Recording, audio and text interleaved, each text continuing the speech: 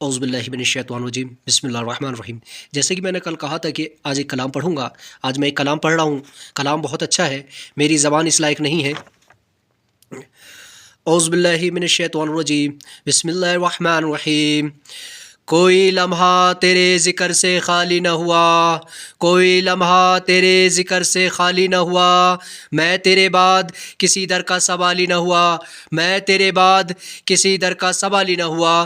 تو ہے یثرب کو مدینے میں بدلنے والا، تو ہے یثرب کو مدینے میں بدلنے والا، تیرے جیسا تو کسی شہر کا والی نہ ہوا، تیرے جیسا تو کسی شہر کا والی نہ ہوا۔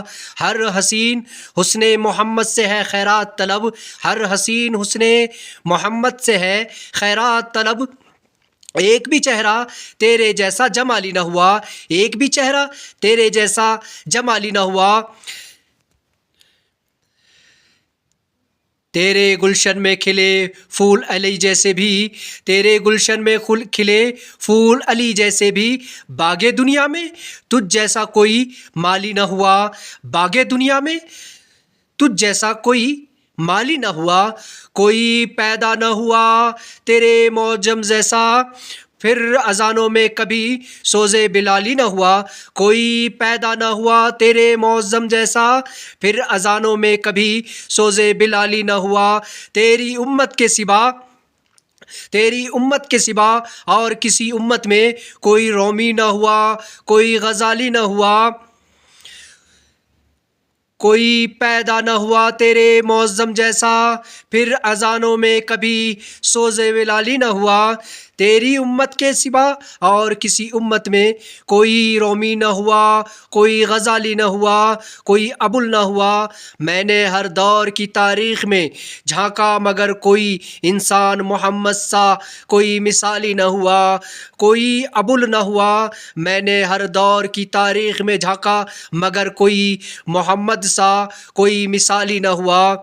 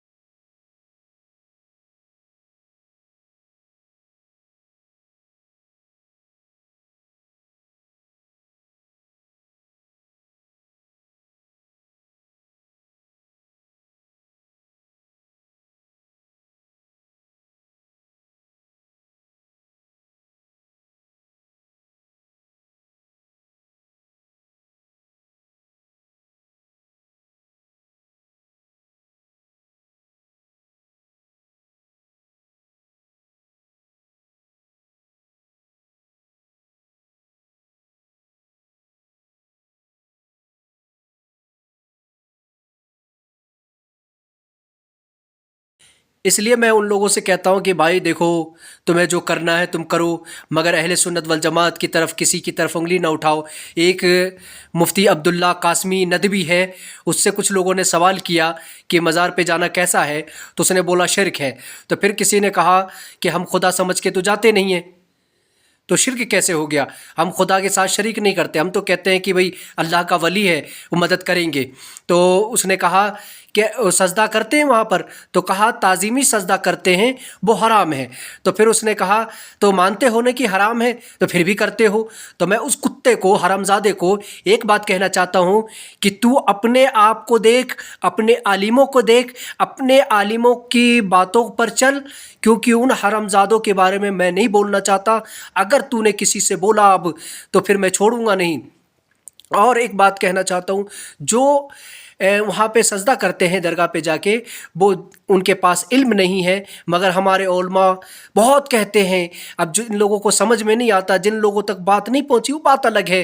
تو ہمارے یہاں ایسا نہیں ہے کہ کوئی نہیں بولتا، ہمارے یہاں سب بولتے ہیں کہ تعظیمی سجدہ بھی کرنا حرام ہے، اور جانے کا طریقہ اعلیٰ حضرت نے جو بتایا ہے، اور اسی طریقے سے ہم جاتے بھی ہیں الحمدللہ، اور ہمارے علماء اکرام بھی جاتے ہیں، اور ہمارے علماء اکرام اسی کو فالو کرتے ہوئے اور سب کو منع بھی کرتے ہیں کہ وہاں جا کر تعظیمی سجدہ بھی نہ کیا کرو، کیونکہ جاہل وہ فوراً کہہ دے گا کہ شرک ہے، حالانکہ تعظیمی سجدہ محبت میں وہ کر رہا ہے، تو یہ گناہ ہو سکتا ہے، حرام ہو سکتا ہے، مگر شرک کسی بھی حالت میں نہیں۔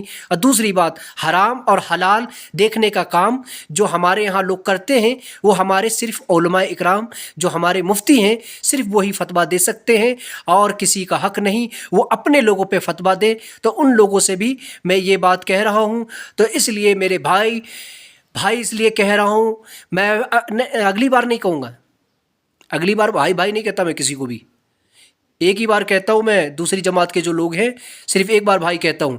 ایک ویڈیو ڈالا میں نے، یزید پلیت کے اوپر تھا، تو ایک حیدر نام کے کتے نے کہا یہ سنی کا بیٹا تھا، جبکہ اسے اسلام کے بارے میں کچھ نہیں پتہ۔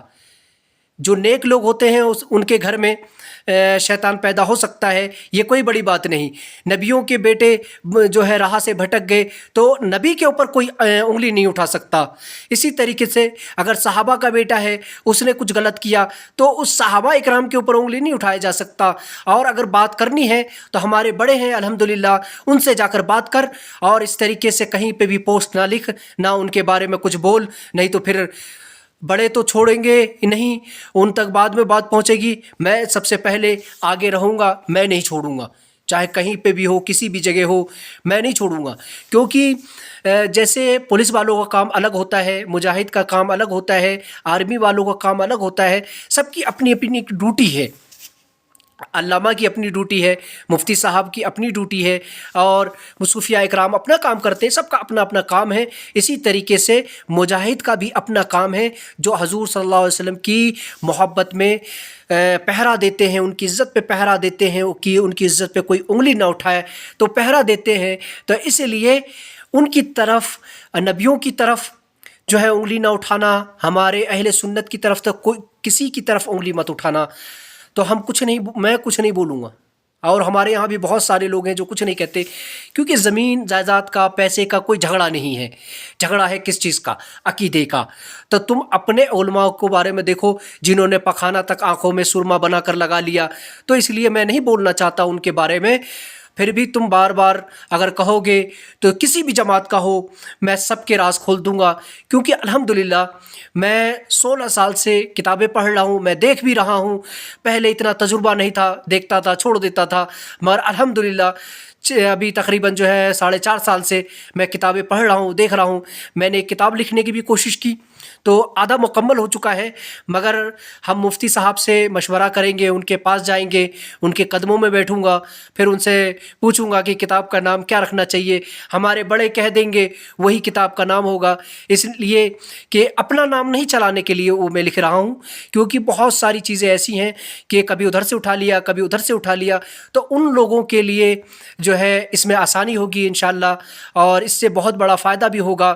اور ہمارے مفتی صاحب جب دیکھ لیں گے، انہوں نے کہہ دیا، انہوں نے جو نام بتا دیا وہی نام رکھوں گا، اور ابھی کتاب کا نام نہیں بتاؤں گا انشاءاللہ۔